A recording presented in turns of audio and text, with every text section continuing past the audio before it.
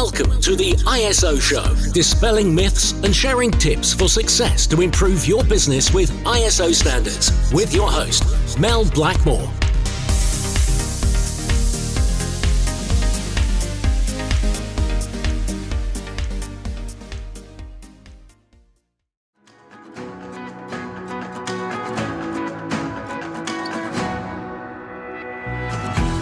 If you're listening to this podcast, then you're in great company. We've got thousands of listeners who have a thirst for continuous improvement and raising standards in business. Whether your interest is in quality, sustainability, or risk standards, I'd love to welcome you as a member to our online platform for all things ISO, the ISOlogy Hub. The ISOlogy Hub is the leading place to get access to all of your online resources, from in-depth training courses through to our very popular coffee break training, to templates and action plans and many other resources to help raise standards.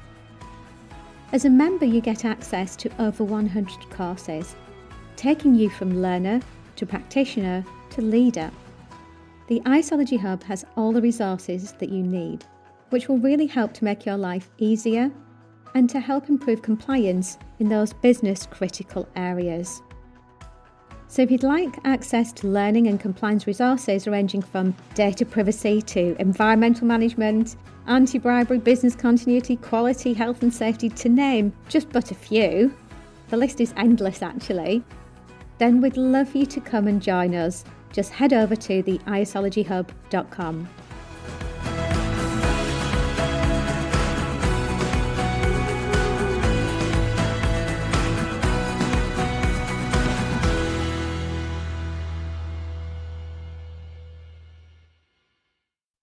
Hello and welcome to the ISO Show.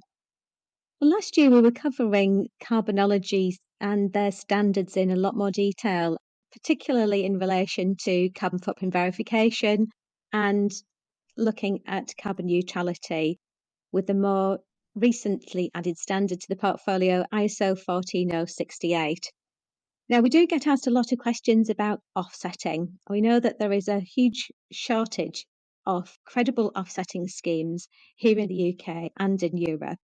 And I met up with a really interesting guy at MX, the Net Zero show, back in 2023.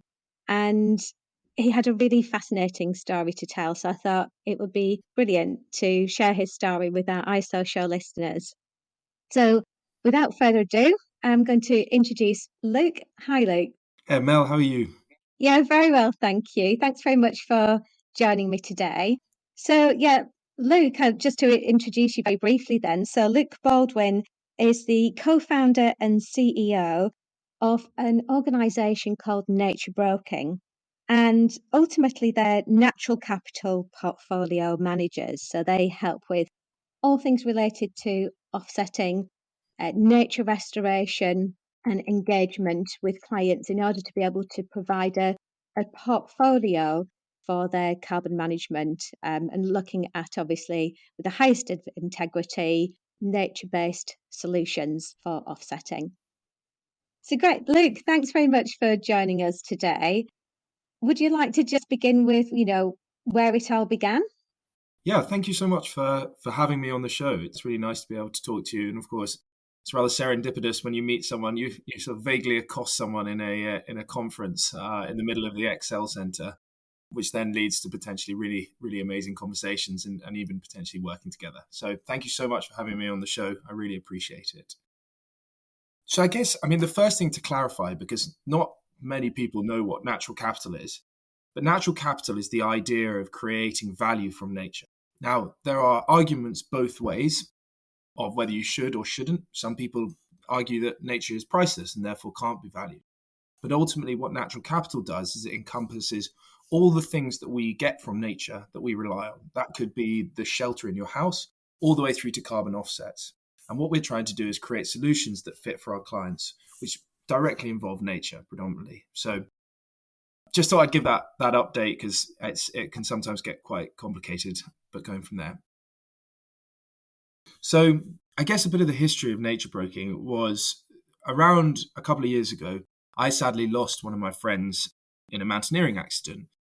And in his memory, we rewilded 1 acre of Scottish Borders woodlands, which was just the most incredibly fantastic event and created really like a living and breathing memory of our friend, and doing something that sort of would go way beyond our lifetime. And two things that were amazing about it was one was we engaged heavily with it. So every year now, I'm going up in a week's time. Every year we go out, we plant trees, we go back and we remember Jamie. And it's a yearly exercise for us to come and do this amazing thing. And then the second part is that I just found it was really expensive. We found it's incredibly expensive and it was very difficult to do. So whilst it was an amazing thing, I started to realize that philanthropy alone wasn't going to be able to cover the costs of what we required to restore nature. Because I then found out that 50% of the world's GDP is moderately or highly dependent on nature, and that the UK, whilst green and beautiful, sits in the bottom 10% of biodiversity intactness, i.e. its nature integrity in the world.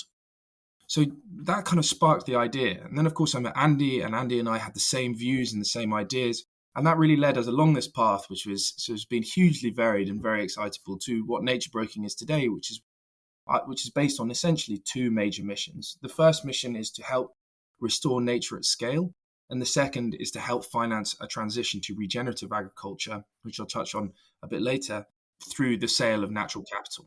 Right, okay, great. So, should we just begin there with the helping restore nature at scale? Could you just expand on that, please, Luke, and what you mean by that? Sure. So, I mean, the UK government has set targets, and let's look at the UK as a proxy of the wider world. But the UK government has set targets of halting nature decline by 2030.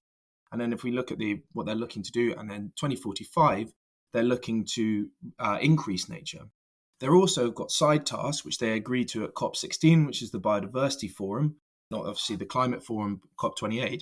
They agreed to put 30% of their land into nature recovery. Now, what the Green Finance Institute has calculated is that there is a funding gap of about 56 billion in order for us to achieve our legally binding environmental targets. Now, that's not going to come from public money. That's not going to come from just philanthropy. That's going to come from a combination of both public money, philanthropy, and private markets. So helping businesses get involved in nature, and using amazing mechanisms like the ISO carbon neutral frameworks, PAS 2060 carbon neutral frameworks, to help businesses invest in nature. Now, the reason that we say invest in nature is that we want to use the carbon markets almost as a proxy to create really unique connections with nature. Ultimately, the commodification of carbon is very useful from the sense of it's good to, from a regulatory point of view. But if you want to go that one step further and actually then purchase credits that you can then go and see and be a part of and learn from, that's why we felt there was this opportunity. So to blend different types of finance together in order to have massive impact, or as much impact as we can have in the UK and then potentially beyond. Okay, great. And so you highlighted that obviously there are two sections then. So one is to help restore nature at scale. And the second one that you mentioned, Luke, was to help finance transition to regenerative agriculture through the sale of natural capital. Could you just explain what that actually means, please? Sure. So regenerative agriculture is about restoring the soils, restoring nature back to its original levels. So to give you a bit of a history, we've had one of the most amazing agricultural revolutions since about 1940. The use of fertilizers, the use of mechanized farming has increased yields exponentially. It's been incredible, and it's helped drive growth of the human population. But that's come at a cost. It's very extractive, and it causes issues with the soil's biome, etc. And what regenerative agriculture is about restoring the soil, is about putting back to the environment, and it's about sort of cleaning up rivers, etc. It's about farming in a way that is not extractive, but regenerative. Now, the reason that we need to do this is that we still need food, right? Obviously, we have a certain amount of food that we require and we need, and therefore not all our land can go back to nature. And I'm very aware of this. So with the UK, 70% of the UK is farmed, and therefore the worked environment, or the agricultural sector, needs to have an ability to start being a bit more regenerative and stop being, one, a significant source of GHG emissions, and secondly, a way of actually moving over or transitioning to that regenerative practices. Currently, the incentives are are not great in order to do that. We haven't sorted out the sort of the financing mechanisms behind it of subsidies, etc., in particular post-Brexit. And what we wanted to be able to do was to say, well, actually, we can use the carbon markets, because if you switch to regenerative agriculture in particular, there's a significant carbon sequestration amount that happens. You're giving back to the soil's organic content, and therefore it's storing carbon in that soil. You're increasing hedgerows, and therefore there's above ground biomass. So what that means is that you can then get additional sources of revenue that go beyond just your yields, your crop yields, what you're producing, whether livestock or arable, versus the actual overall carbon markets, which can help finance this. The last point is the reason that we do this is that when you transition, through that transition, we normally about 7 or 8 years, there is a reduction in the amount of yield that you will produce because you're farming in a different way. Now, if we can flatten that reduction through the sale of natural capital, through the sale of carbon credits predominantly, what we can then do is we can help finance that transition. So from you to go through the curve of lower yields, lower revenues, but then picked up through the carbon markets. So a core part of our offering is that combination of both nature-based, pure nature-based, and then also that regenerative agriculture side that does really great things for nature and also the worked environment, sustainable food production, essentially. Okay, I think one thing we found is that each business is completely unique, and in terms of ESG solutions, it can be quite a complex area. The starting point, obviously, is just to understand, what the carbon footprint of an organisation is, which we do at Carbonology, and that's all in alignment with ISO 14064. And then there's a carbon reduction plan, but it's then okay. So what can we actually implement? What can we do that will have a positive impact? And if there is a residual amount, how can we go about offsetting? And with PAS 2060 and ISO 14068, they're only recommending credible schemes. And to be able to have a framework that is basically, there is a due diligence process behind that framework, which I'd like to come on to discuss with you later on. But before we do that, I think it'd be really great if you could just walk through a real life example, Luke, if that's okay, on how you've worked with an organisation, from the initial consultation to potentially tailoring and curating a portfolio solution for them. Sure.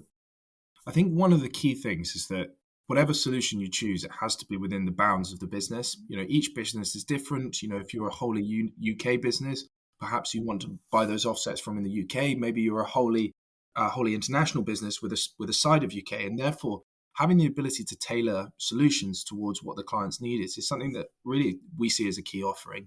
Ultimately, we're not about having that kind of add to basket, off the shelf style solution. It's about working really closely with our clients. Ultimately, what we want to be able to do is to spend time in nature at the place you've bought your carbon credits with our clients so that we can educate. And I think that's the first bit is the education part. We see a lot now, there's ESG managers who are having to focus on E, S, and G. It's a huge umbrella in which a multiplicity of things you have to think about. Now we're focusing on one tiny microcosm of that. You talked about there is a really accurate point, which is businesses have to go through the reduction, the footprinting, really understanding their CO2 emissions or their carbon footprint before they get to the offsetting. Offsetting is like the last thought. And it just means that there's such a challenge in terms of, okay, well, what's good, what's bad, what's not good, what do I need to worry about? What impact do I want to have? And that's, again, where we see ourselves. So we want to educate everyone that we come into contact with about the different solutions, not just in the UK, but over the whole market. What are the challenges? What are the problems? What are the things that you need to watch out for? And then we can start to discuss what would be unique to them. So what would be a really good opportunity? And maybe half of it is to say, I'm just not interested in, for example, regenerative agriculture. I'd much prefer to work within woodland. And then we can go, okay, well, we can sort that out. Or if I'm not interested in woodland because it takes too long to come online, etc., and what we can then do is build up different solutions. Now, some clients just go, no, look, I just want to have all of the carbon credits bought from one area. That's great. But then if we want to have spread impact along different solutions, then we can do that as well. And one of the things we really want to push and almost pioneer is, carbon credits, there are challenges to them. It's a very nascent market. It's the science behind it changes. So how do we then mitigate against that risk? And sometimes, in particular with larger scale portfolios, it's about purchasing lots of different solutions from lots of different areas. So having mitigating against the risk of non-delivery, non-permanence, and surety of additionality by having a blended portfolio, because then you're never overexposed to one particular type of credit should that credit then go down, if that makes sense. Yes. Yeah.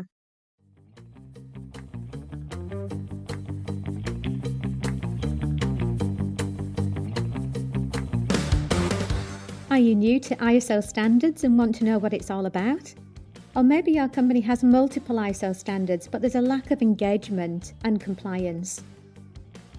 Whether it's quality, sustainability, or risk standards, the Isology Hub is your one-stop shop for all your online learning resources associated with raising your company's standards.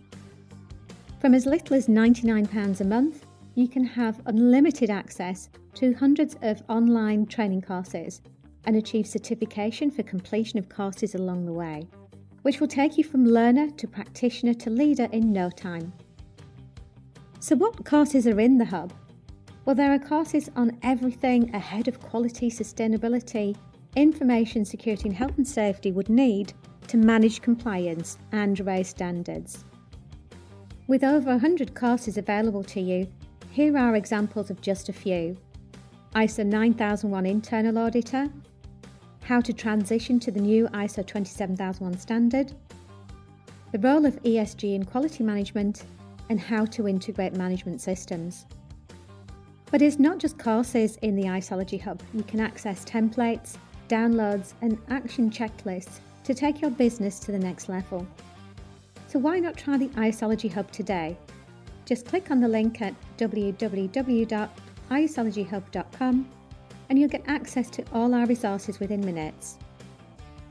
If you're interested in embedding best practice across your organisation or would like to develop an awareness and training programme for employees, we offer a free learning and development session to tailor a bespoke training programme based on your organisation's needs.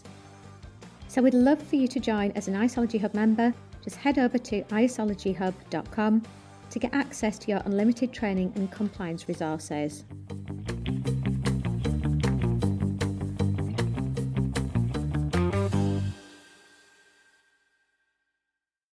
Okay, great. So in terms of having a due diligence framework, because obviously there are some schemes out there that aren't that credible.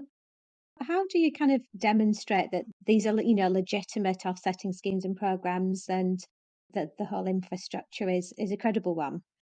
Yeah. The first thing is we want to get people to site. That's a core tenet of what we're doing. So it kind of, whilst engagement is important and creating those connections, ultimately our greatest, it is our greatest transparency. If we can go to site and nothing's been done and that you're sat there staring at a ploughed field, you'd be a bit confused as to, okay, well, is this credit source good? So that engagement not only helps us in the sense of it creates those connections with nature, it takes people further, it gives people an opportunity to combine their volunteering days with their regulatory or their compliance carbon offsetting days.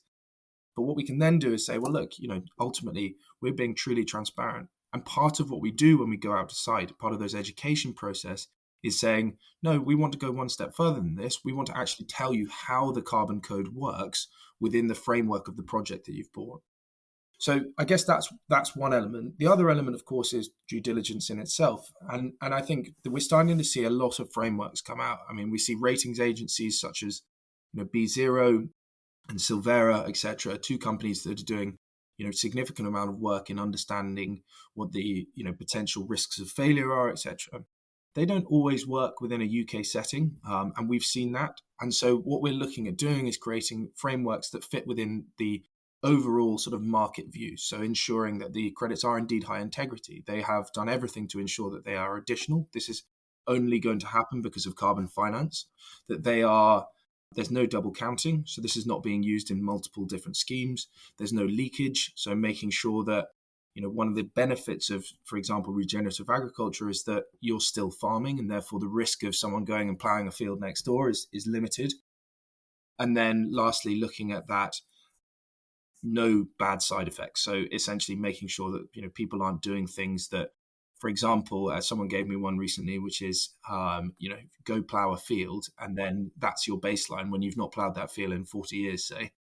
And then we really want to mitigate against those. And then the last bit is that we have our own 3-tiered process. So we ensure that the standard that we're using is of high integrity. So using frameworks such as like the Integrity Council for the Voluntary Market, which analyzes different standards. The second is understanding the quality of the project developer. So looking at their technical expertise, looking at their financial ratings, and then looking at the individual project itself. So if we look at the individual project, we can then see and assess, again, what is the risk of non-delivery? What is the risk that this is non-permanent? Or even if it's not predicted to be permanent, then it's going to be durable and that people will want to do that. And that kind of gives us the basis of our own particular version of ensuring that this is high integrity. So, yeah, apologies. It was a bit of a long-winded one. I'm sure your listeners will find it really riveting as they skip forward extensively, but that's all fun and games. Taking a number of notes there. So I'm sure that people listening to this, I think they'll be stopping the car and making notes, walking the dog thinking, I need to go back to the notes on that, because there's some really fascinating information, because obviously if an organisation is looking at credible offsetting schemes here in the UK, they need to be able to demonstrate with complete transparency, the methodology behind it, and in terms of the governance framework around it. So there are a number of examples there that you mentioned, and we will be including some of this information in the show notes. But I definitely recommend going back, potentially listening to this with a pen, notepad, or your laptop, or notes on your device, to be able to capture some of this information. So you mentioned about potentially going to site, and obviously then you can actually see what's involved and get a bit more information about the project itself. So could you just talk about some of the sites, some of the projects that you're currently working on at the moment, Luke, in the UK? Yeah, absolutely. So in the UK, I'm going to give you a sort of broad brush of what I think the market is. And at the moment, there's a number of different schemes that are sort of coming online as time goes. So at the moment, we have the Woodland Carbon Code and the Peatland Carbon Code. They are defined by DEFRA. So DEFRA helped fund them. Peatland Carbon Code is run by the IUCN, which is the International Council for the Conservation of Nature, I believe. And then the Woodland Carbon Code is predominantly run by DEFRA in itself. So these are two really high standard codes, and they're sort of seen as the first carbon codes to move into the UK. However, they have challenges in the way that you can actually use them. In particular, there is a complete lack of available carbon credits. There's more so with peatland now that can be used in offsetting in a day-to-day process within the Woodland Carbon Code. So that makes it, from the point of view of actually offsetting today, very challenging.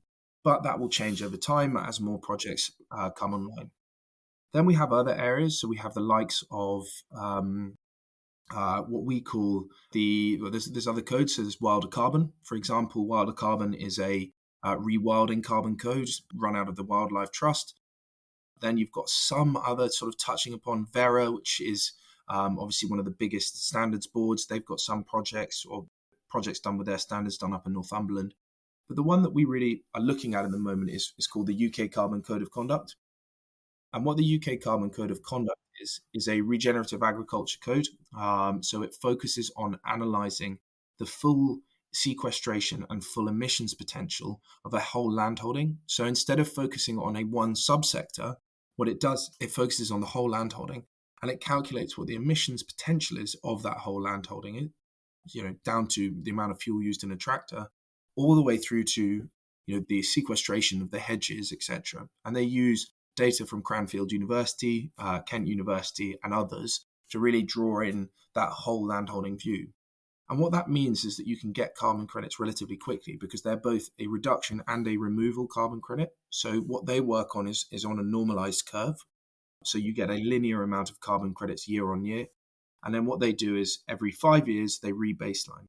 Now, what's different about the UK Carbon Code is that it is a measurement, not a model type program. So what they do is they actually go and rigorous baselines in place. So about going out, and that's about taking soil carbon content, using laboratory testing to test the amount of soil carbon, and then looking at using tools such as the Farm Toolkit and others to really calculate what, for example, the above ground biomass is, so that you get this whole view.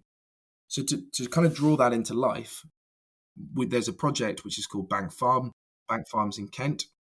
And what Bank Farm is a bit of a test site. So this is where they've been testing regenerative agriculture. And just as an aside, regenerative agriculture is essentially taking farming back to practices prior to 1940, so before the agricultural revolution. So it's things like putting in mixed rotational farming, etc. Anyway, I go off on tangent. But what they've got there is they've got a really interesting system. And in that system, they've got the likes of agroforestry. So agroforestry is where you integrate into fields trees. Trees then provide shade for the animals, but also store carbon. But you're not taking those fields out of production predominantly.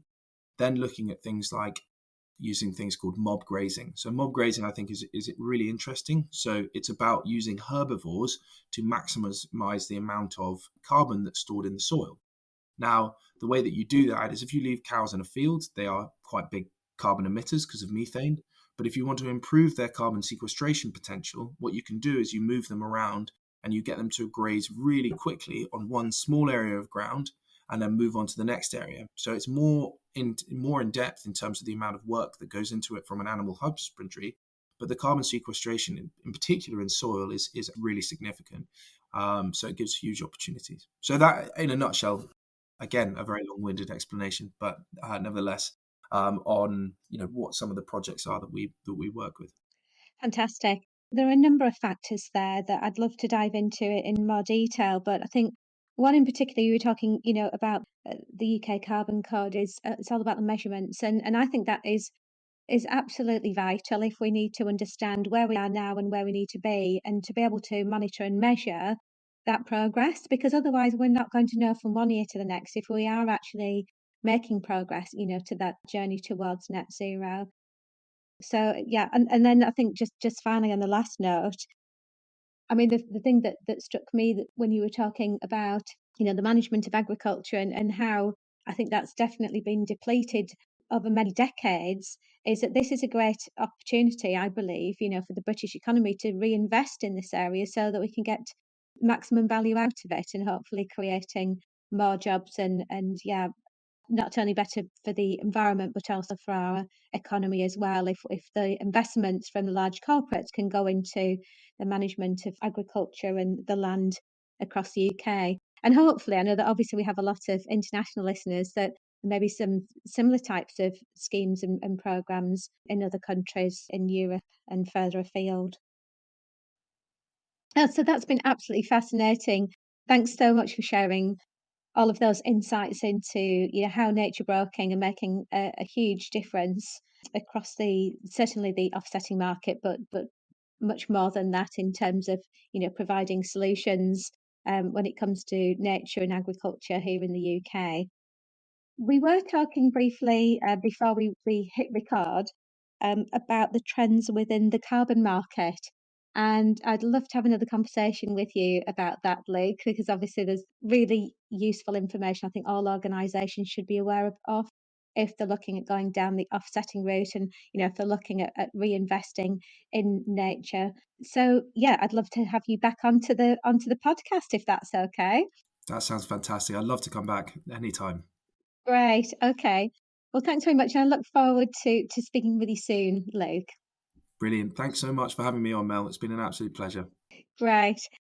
Well, I know that we've covered an awful lot on the podcast today. The show notes will be available on links to the media player that you listen to the ISO show on. So please do go over there.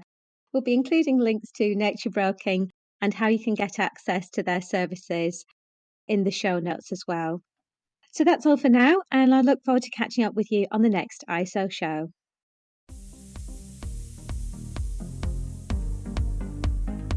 Looking to use ISO standards to drive better business practice? Contact us at blackmoresuk.com to access further information and book your free 15-minute call.